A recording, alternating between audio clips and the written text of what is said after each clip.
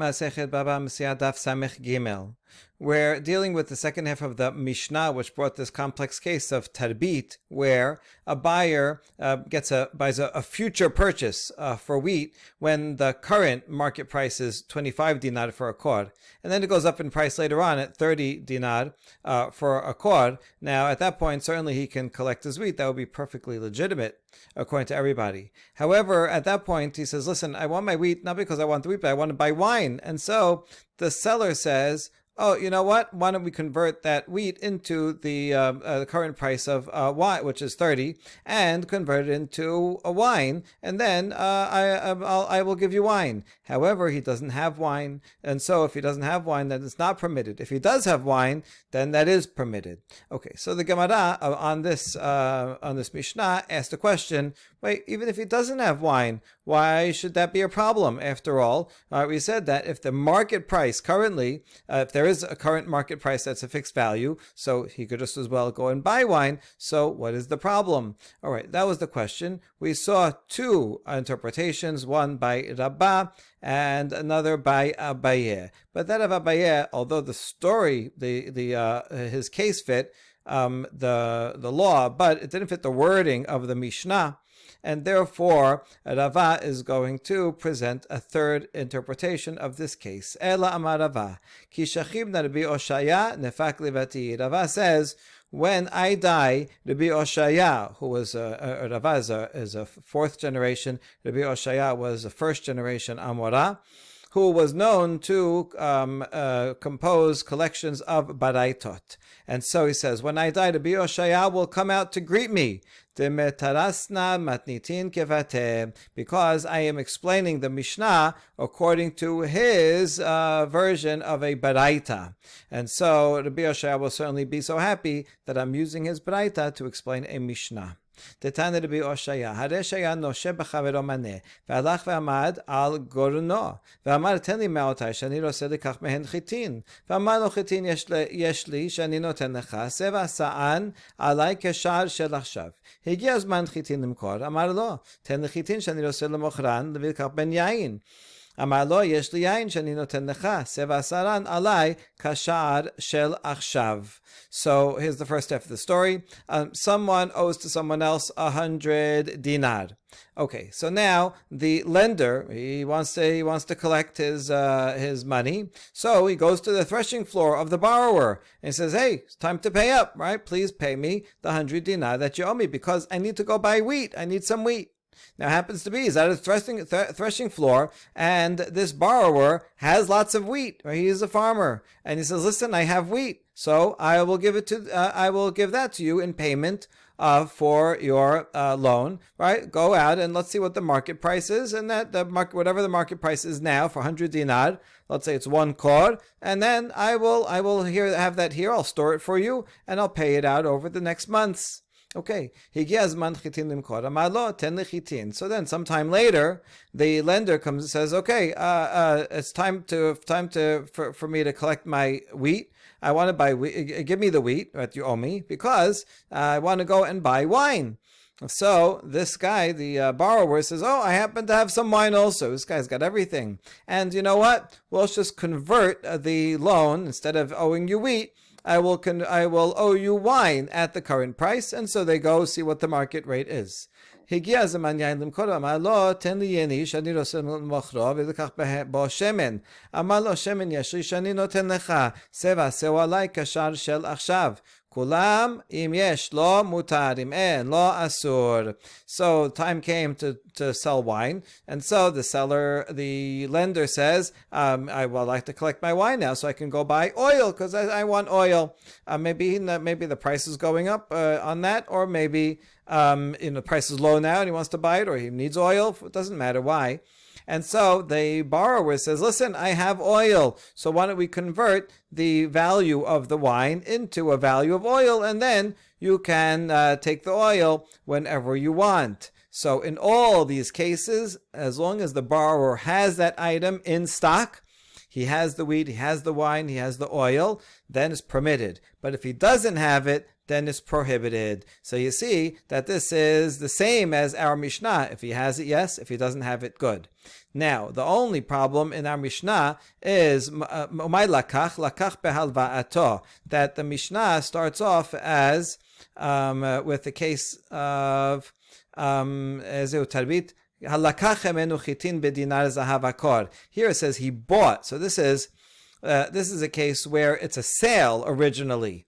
And that's not quite the same as the Baraita, because in this Baraita of Rabbi Oshaya, it starts off as a loan. So in order to make it equivalent, we say, what does it mean that he bought? He bought with a loan, right? It started off as a loan, and then he said, listen, instead of paying back this loan, why don't I sell you the wheat? I'll owe you the wheat.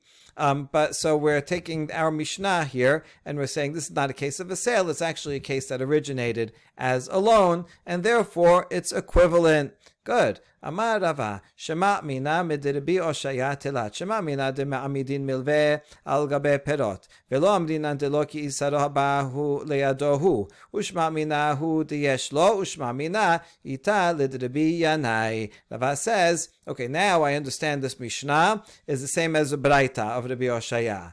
And now we know that it's a Braita. We can learn 2 or 3 principles from Rabbi Oshaya. Number 1, that you can take a loan and you can transfer it onto produce. So listen, you owed me 100 dinar. Okay, take the value of 100 dinar and now you owe me wheat or wine or whatever it is. And we do not apply the principle that we had said earlier in the name of Rabbi Chia, that since he didn't give out coin now, then you can't do that. Right? That was Rabbi Chia's opinion, that the only time you can make an advanced payment for something is if you're giving money, because then it's clear that I am buying this thing, and if you have it or there's a market price out there, so then I'm basically buying it from now, and even if the price goes up, that's okay. But if I'm not giving you money now, I'm just transferring a loan, then you can't do that. That was Rabbi Chia's opinion, but now we see that Rabbi Yoshaya does not agree with that opinion, and you can take a loan and then take the value of that loan and say, you know what, pay me in fruit instead, and even if the fruit then goes up in price, that's permitted. It's not interest. And the second thing we learn is that only if he has it in stock, that can you do it. If he doesn't have it in stock, this is a problem. So yes, you can transfer a loan and say, okay, then give me wine instead, but only if he has the wine, because then, fine, I'm transferring it kind of like I am acquiring the wine at this current point. So that's fine. But if he doesn't have it and the price goes up, then that would be avak ribit. And we also learned that we agree with Rabbi Yanai. What did he say? Tamar Rabbi Yanai, mali hen, mali demehen. Rabbi Yanai says it makes no difference whether you're talking about produce or the value of produce. If you owe me a certain amount of wheat, so you can pay me the wheat, or you can transfer it and say, what's the value of this wheat? All right, pay me that same value in wine that you will owe me, and then you can transfer that value into oil. It's okay. You can go back and forth between those. Titmarav amar osin amana beperot ven osin amana bedamim. Rabbi Yanai amar mali hen mali demehen. In fact, this statement of Rabbi Yanai is subject of a machloket. For Rav says, while I am allowed to buy futures and then get paid in kind, meaning in produce, right? That's permitted. I can give you $100 now at the current market price of wheat and then collect the wheat later, even though the wheat went up, because I just bought the wheat. So it's the same thing as if I had it in my possession and it went up, or if you have it in your possession and it went up in price, or you could have bought it and when it went up in price, I'm taking the wheat that I bought. That's permitted. What I'm not allowed to do is take the value of the wheat. I can't go now and say the market price is 25 a dinar for a cord. Okay, I'm going to lock in that price, and I come back 6 months later when it goes up to 30, and I say, you know what? Give me 30 dinar. I don't want the wheat. I just want to buy. This is kind of the way futures work now. If you buy futures of oil, right? No one's delivering barrels of oil to your stoop, right? You're not expecting to take the oil. Rather, I'm locking in a price now so that later on I can get the money. I can sell those shares and sell those shares and get more money for my investment. Okay, so Rav says I can buy futures and get paid in produce. I cannot buy futures and get paid in money. That would also mean I can't transfer the value of that wheat onto something else. Whereas Rabbi Yanai says, what's the difference between the produce or the value of the produce? It's not like you were planning on doing this from the beginning, that you're not going to give me the wheat. I'm just going to give me the value of the wheat later on, right? The beginning is the same. Here, I'm giving you this money to buy wheat at the current price, and then you hold on to the wheat, and I'm going to take it when I want. And later on, if we decide we want to make it not the wheat, but the value of the wheat and transfer that value to something else, what's the difference? Rabbi Yanai says it's okay. So we see that Rabbi Oshaya's Baraita was assuming the opinion of Rabbi Yanai against Rav, who is more machmir. Metibe. Now we have a Baraita that challenges Rav's chumrah. Kulam im yesh lo mutar. The Baraita is Rabbi Yoshaya's Baraita. How is Rav going to deal with this Baraita that says if you have it in stock, if the borrower has these things in stock, then he can transfer it from wheat to wine, and then if he has oil in stock, you could transfer it from wine to oil, and that's permitted. But according to Rav, this should be a problem.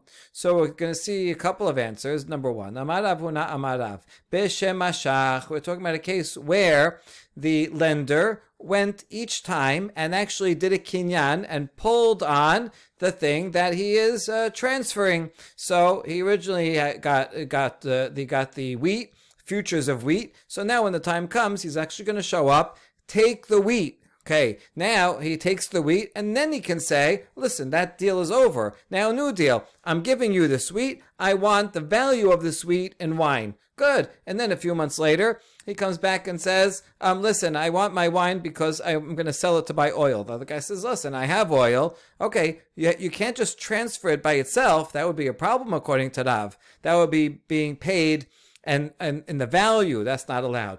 But if he shows up and picks up the wine, makes a kinyan, that's his wine. Now he can give the wine and say, take the value of this wine, and I'm buying oil for it. So he transfers it each time. But we ask about that. If he actually made a kinyan, that's obvious. Of course that would be permitted, because then it's a completely new transaction. You actually acquired it. Good. Now I'm making a new I'm giving you this for produce, which I'm go and get, and I get that produce. Obviously, no one would think that this is any problem.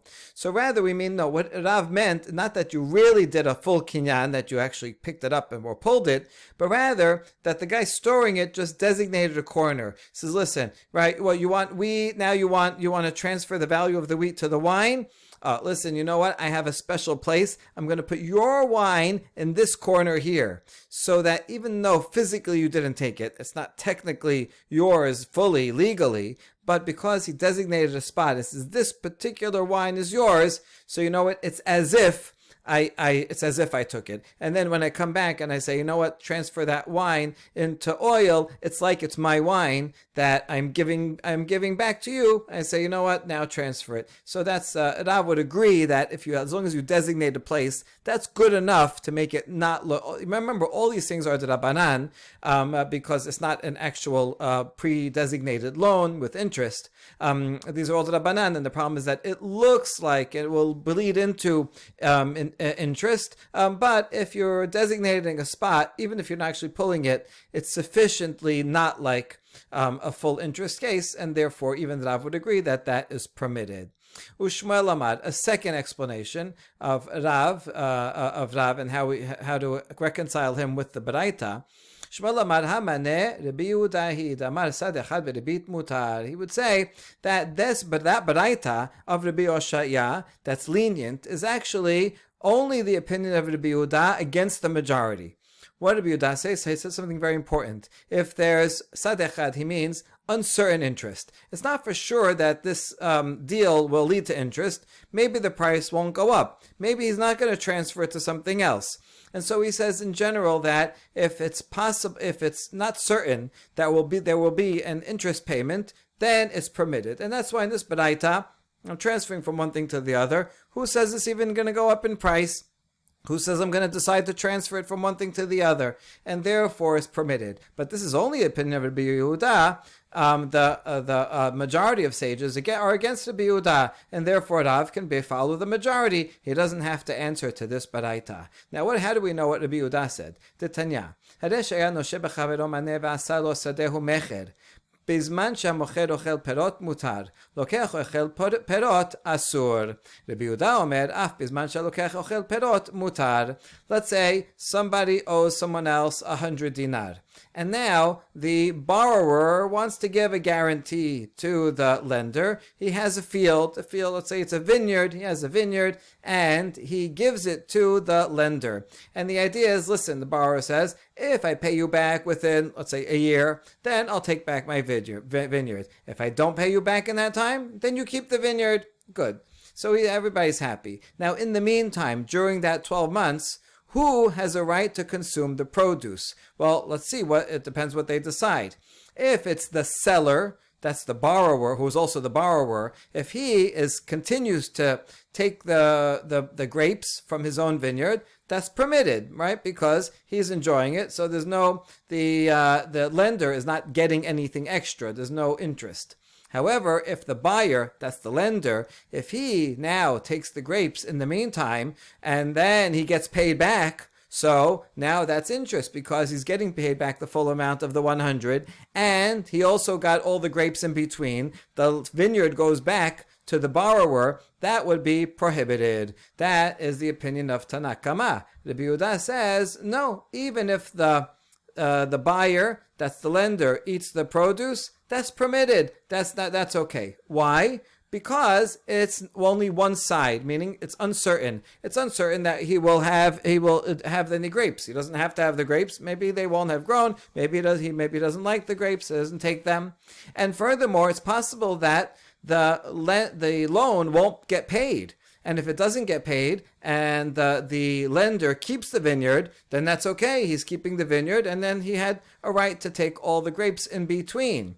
And so it's uncertain whether this will have an outcome of interest and therefore it's permitted. That was the opinion of Yehuda. But you see that the Tanakama disagrees. And so the Baraita of Rabbi Yoshaya follows Rabbi Yehuda, whereas Rav follows the Tanakama. But the Baraita continues. Amar lehem Rabbi Yehuda, Maaseh bebaitos ben zunin sha'asa sadeh mecher al pi Rabbi Elazar ben Azariah, velokeach ochel perot haya. Amru lo misham re'aya mocher ochel perot haya velo lokeach. So within the Baraita, Rabbi Yehuda says, listen, I have a precedent because there was a case involving this guy, Baitos Ben Zunin, and he borrowed money from someone, and he had a field, and he made it a sale, right, a conditional sale, like we just said. Listen, if I don't pay you back, then you can have this. Otherwise, if I do pay you back, I'll take my field back. And he did this on the basis of the opinion of Rabbi Elazar ben Azariah. What a great authority. And in that case, it was the buyer, the lender, who ate the fruit in the meantime. And you see, that was allowed. That's why I think it's allowed.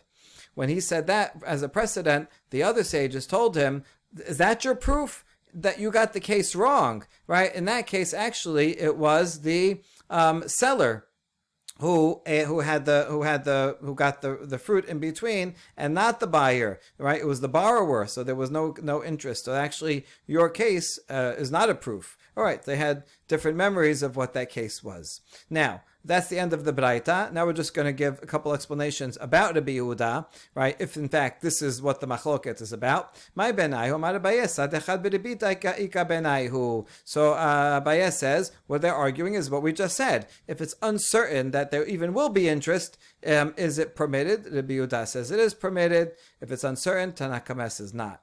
Rava Amar Rebit al menat lachzir ika benaihu. But Rava actually interprets this baraita in a different way. He says that this baraita is about taking interest on condition of giving it back. In other words, in this case, although the buyer of the field, the lender, consumes the fruit in between, but at the end he can always pay it back. And so even though he's taking interest now, since he's taking interest on the condition, he knows that if the borrower doesn't pay, so then he'll keep everything, that's fine. And if the borrower does pay, then he'll calculate, listen, I ate $10 worth of grapes in between, here's the $10 for that, and then he collects the rest of the loan. And so that's the difference. Rabbi Yehuda says that's okay, as long as you know you're going to pay back the interest, you can collect it in between. And Tanna Kama says no, it's a problem to even collect the interest, even if it's on condition that you're going to pay it back, still is not allowed. That concludes the discussion of Rav, and now we turn back to Rabbi Yanai, who disagreed with him. Amar Rava hashta damar Rabbi Yanai mali demehen amrinan. Okay, Rabbi Yanai taught us that it makes no difference if you get paid with the item itself or its value, right? If I bought futures of wheat, okay, I'm supposed to get the wheat, but I can transfer it into the value of wheat. Once he said that equation, I can flip it around too. Mali demehen, mali hen, nami amrinan, uposkin al shar shebashuk, afapi she'en lo. Then just like I can get paid at the end in kind or in value, so too, when I enter into the futures contract, not only should it be permitted if I give you money and you have you have the produce with you, but even if you don't have the produce, right? What's the difference if it's the item or its value, as long as I'm giving it to you, and there is a market price, and you could go and buy 25 with a quart of wheat for 25. So even if you don't, what's the difference if you have the wheat in stock, or if you don't have it and you could buy it? It's the value that you have, and therefore it should be the same thing. Okay, now we ask a question on that inference from Rabbi Yanai. Kulam im yesh lo mutar im en lo asur. It's a question from our Baraita of Rabbi Yoshia that said when you make this transfer from the wheat to wine and wine to oil, in all these cases you can only do so if the seller has it in stock. Then it's okay. He has it, so I'm kind of designating it. Rav says he has to put it in the corner. To be nice, says you don't have to put it in the corner. But the point is he has it, so it's kind of enough in my possession that it doesn't look like a ribit. But if he doesn't have it, right, then that Braita wouldn't. Braita says that it's not allowed. But you just said according to the Rabbi Yoshia, what's the difference if he has the item or he has the value of the item? He has the money.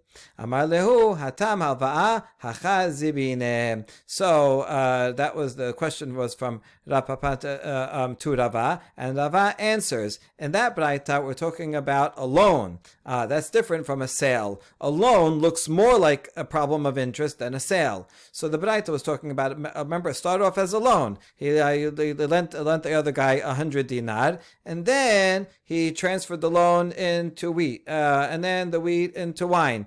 So because it started with a loan, and you're not paying back, and you don't have the item, and then the price goes up, that looks too much like interest. That's not allowed. Whereas the case of that Rabbi Yanai says is permitted, that's talking about a sale. It started off as, I am buying wheat from you at this price. I will collect it later. Then I can transfer it to something else.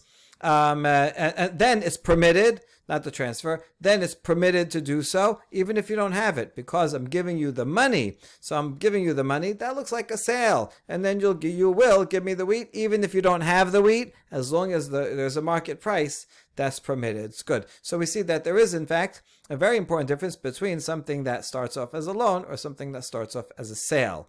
And this distinction is going to be important in the next discussion as well. Rabba v'Rav Yosef damre tarvaihu. Mai tama amru Rabbanan poskin al shar shebashuk, v'afa pi she'en lo, damar le shikila tibutich v'shaja achizre. Maya hanit li, ihavu li zuze biyadi, hava mezabenina behini ubeshili bezola. Rabba and Rav Yosef, they both said, what is the reason that the rabbi said that we can designate a market value now and I can buy the future right to take wheat from you, even if you don't have wheat, right? As we just said, why is that permitted? because there's no interest here. Not only that, not even the Rabbanan, it doesn't even look like interest, because I get no benefit. When I give you that money, right, and I say that, I want to buy wheat from you later, and you don't have it, you're not doing me a favor by giving me back more wheat later on when the price, giving me back the same amount of wheat, and when the price goes up. You're not doing me any favor by that. And I can tell you, what, you think you're doing me a favor? Take your favor and throw it onto Thorns, right? It's worthless to me. Why? Because what did you help me? What, my anitli? If I kept the money in my own hands, I could just as easily go to the marketplace. He lived near this marketplace of Hini and Chili, and I could buy it at the 25 and take it and store it, and it would be the same thing. So out of convenience, I'm telling you here, take this 25 dinar, and I want the right to come and collect a se'ah of wheat in the future. I'm permitted to do that because I can just as easily do it myself. So you're not giving me anything more. I'm not getting more value by doing it through you than doing it myself. And that's why it's permitted. There's no added value. There's no higher payment that I'm getting because you're keeping that money and holding on to it for a while. I can do the same thing. אמר לאביי לרב יוסף, אלא מעתה מותר ללוות שיער בשיער משום דמעשה, אמר לה שקילתי בוטך ושדיה אחיזרי, דאמר לה חיטה דקדחה באכלבי. So now we have an interesting question. Abaye asked Rav Yosef, according to that logic, it should be permitted to do שיער בשיער. But that's prohibited midrabanan. That means I'm going to give you 1 se'ah of wheat now, and I'm going to come and get the se'ah of wheat back in a year from now. That's not allowed, because the se'ah, the price of wheat may go up, and then I'm giving you something now, and I'm getting more back later. It's only avak ribit because it's not money, and I'm not getting back more, but it looks like ribit. So now we have the same question. Why should that be prohibited? We have the same logic. I should be able to say, take your favor and throw it to the thorns. You're not doing me any good, because instead of giving you the wheat, I could just as well put the wheat in my storehouse. What's going to happen? Is it going to go up in fire, up in flames in my warehouse? No, it's just going to stay there. So I have the wheat now. I'll have the wheat later. So I'm not getting anything and benefit from you. And if the price goes up while it's in my storehouse, that's totally good. It's my wheat. It can go up and go down, anything. So the fact that I gave it to you to hold on or to use or whatever, and I'm getting the same amount of wheat back, doesn't get me any benefit. And therefore, according to this logic, this should be the same thing and it should be permitted. So how come the logic that you applied here, you don't apply also to se'ah b'se'ah? And Rav Yosef's answer is, Amar le hatam halva'a hachazibine. There is an important distinction. In that case, it's a loan. I'm lending you a se'ah, right? You come and say, listen, I don't have anything to eat. I need some flour to make it through the next few months until I get some. I say, okay, here, I'm lending you a se'ah. But that's a loan. A loan is always going to look more similar to interest. So I'm giving you a loan, and then the price can go up and I'm going to get something worth higher value back. That looks like interest. That's a problem. Whereas the case that we're talking about here is a sale. This is where I give you money and I'm buying a se'ah of wheat for 25 dinar. I am buying it from you. Just instead of collecting it now, I say, listen, I'm going to come back in 6 months and collect it. Since that's a sale, even though it may go up in price, it doesn't look like interest because it's a sale. That's different from a loan where it does look like interest. Another challenge to that same logic. In the case of the sale, we said that's permitted to buy the futures because, listen, you didn't benefit from me. I could have gone to Hini and Shili with that same money, with that 25, and I could have bought it myself at the 25 price. So you're not getting me any benefit by giving me this se'ah of wheat that now is worth 30. So we question that. Actually, there is a monetary benefit because if I went to Hini and Shili, I would have to find a middleman, a broker, right? You can't just go there and where are you going to find it? You use a broker who goes and he finds that he gets he goes to the farms, and he's the middleman, the wholesaler, and so I would have to pay him a fee. By doing it this way, I don't have to pay a fee. So you see that there is interest here, right? There is a benefit. So we answer that in two ways. Amar le dekayahib le nami. Oh, also, you think there's no finder's fee when you're doing this sale for advanced futures? There you also have to go through a broker to make the deal, and you're going to have to pay the broker a fee. So it's going to be the same fee either way. That's one answer. This is a great quote. Cash is the same as a broker. When you show up to Hini and Shili in the marketplace with cash on hand, then you don't need a broker. The farmers will find you, and they'll pay directly. You only need a broker when you're going to buy on a loan and you're going to pay later.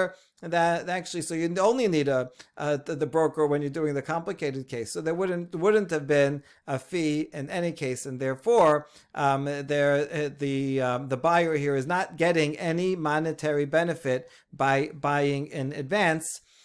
He could have done it himself, and therefore there's no problem of interest. Rabbah, Rav Yosef, Tamre Tarvaihu. We have the same sages that spoke before. They both agreed on another matter. Haiman deyahiv zuze atar'a charifa sarich leit hazuye lebe dare. Someone who wants to buy at an advanced price, even before there is a market price out. Before up above, we were talking about when there's a market price, but now a person wants to go even earlier in the season, and he wants to set a price, right? He thinks that he'll do well that way.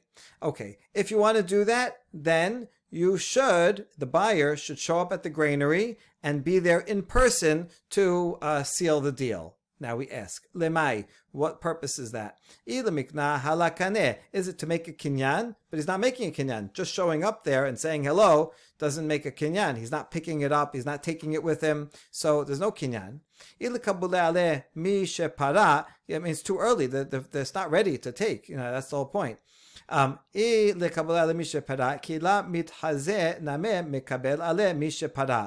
it to warn the seller that, listen, seller, we're agreeing on a price here. We're going to agree on 20 dinar, right, for a se'ah. And we're going to agree on that price. And if you renege, the seller, then you're going to get a curse that Hashem, who punished the people of the flood and so on, will punish someone who changes their word.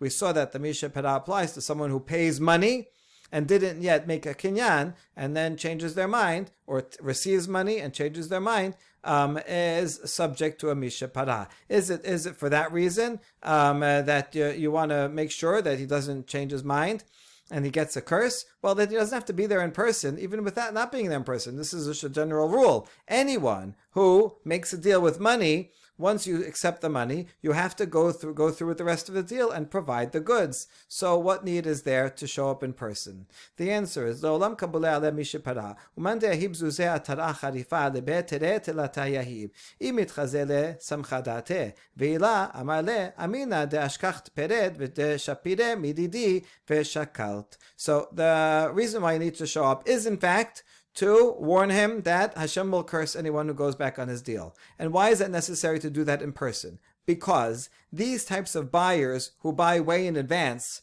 they don't know what the product is going to be from any particular farmer. So they do this deal with 2 or 3 different sellers, different farmers, because if this guy isn't so good quality, they'll know that they'll make sure to get it from that one. So it's worth it for them to make this deal with 2-3 people, and at least one of them will have good quality. Now, if the seller sees the buyer in person, the seller will say, okay, I know he's reliable, he's going to come through and he's going to come and buy it, so I fully agree to sell it.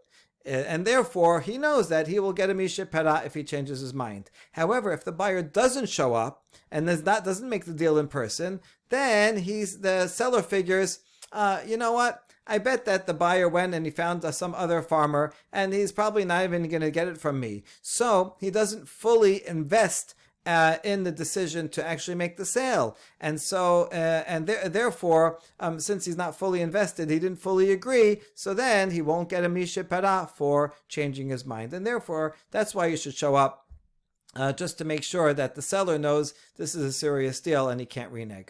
Amar Rav Asher, Hashta damat mishum mismach da'ata, afilu ashkeche b'shuka v'amar le samcha da'ateh. Rav Asher says, now that you explain that reason, that it's just to make sure that the seller really knows that he's going to be sell, that the buyer's serious about it and he can't renege, then they don't have to meet at the granary, right? You said before that they have to go to the granary. That was just an example because he's usually at the granary. But even if he finds him in the shuk, as long as it's in person, not just through a messenger, in person, right? You look him in the eye and say, listen, I'm going to make this deal with you. Then the seller knows that he's serious. Amar Rav Nachman, Kelala de Rebita, Kol Agar Netar Le Asur. We're going to see three statements by Rav Nachman. We'll just see two today, another one tomorrow. The first one is, here's the main principle regarding deciding what is interest and what is not.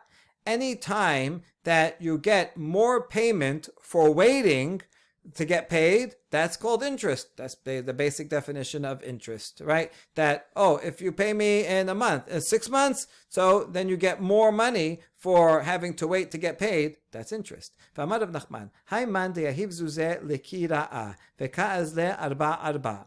V'amar le yahib nala hamesh hamesh, itnu gabe shareh, letnu gabe asur. Rav Nachman's second law is that if a person comes with money to buy wax from the wax maker, and the wax maker says, listen, the normal price is 4 loaves per dinar. So if you give me 1 dinar now and you want to take the 4 loaves right now, that's the price 4. However, if you're willing to pay me now for delivery in the future, then for the same dinar, I'll give you 5 loaves per dinar.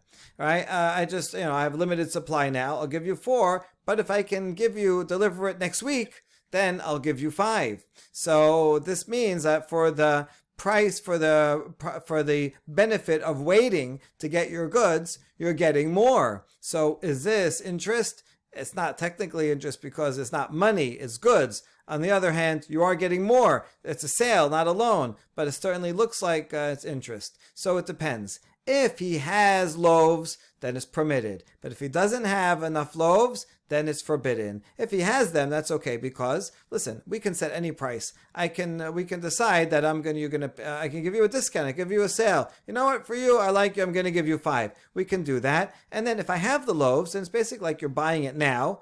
I'm just holding on to it, right? And I'm holding it for you, and I'll deliver it next week. So there's nothing wrong with that if I have the loaves. The problem is if I don't have them, so you're not able to take possession of them now, take ownership of them now, because they don't exist, and I wouldn't be able to make the sale. So then you're benefiting from waiting for delivery, and there's nothing right now that you could say is in your possession. So therefore, that's prohibited. We ask, Bashita, isn't this obvious? La sericha dit le ashray b'mata. The chidush is it's even true if the wax seller has credit in the town. In the town, the wax manufacturers he has a contract out with them that they're going to deliver him more wax. So he has more wax coming in, right? That will be delivered. So you might have thought, you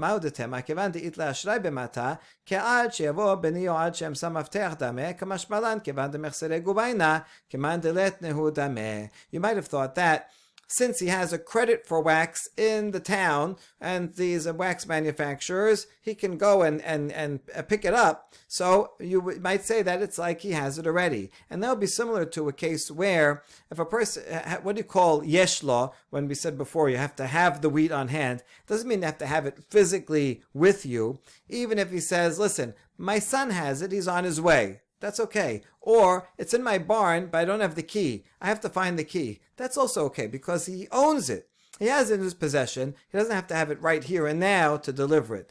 So I might have thought that this is the same thing. Even though he doesn't have it with him now, he can go into town and he can collect it from the wax manufacturers who owe it to him. So we might have thought that's the same thing. But therefore, this Rav Nachman comes to teach us, not so. Since the wax seller hasn't collected that wax yet, He hasn't physically gone and got it, so it's as if it's not in existence. It's not in his ownership, and therefore there was no possibility that he could say, "Listen, give me that dinar, and I'll transfer it." It's sufficient of a transfer. Even though I said before, giving money doesn't effectuate a full legal transfer. It's enough of a transfer that, okay, it looks like I bought it now and I have it in stock. So you know what? Even if I'm giving it to you on sale, as long as I have it in stock, that's fine. It doesn't look like interest because I have it here. I'm just holding on to it for a while. But if I don't have it, then that does look like interest. And therefore, Rav Nachman said, if you don't have it, it's prohibited. Baruch Adonai Leolam. Amen ve'amen.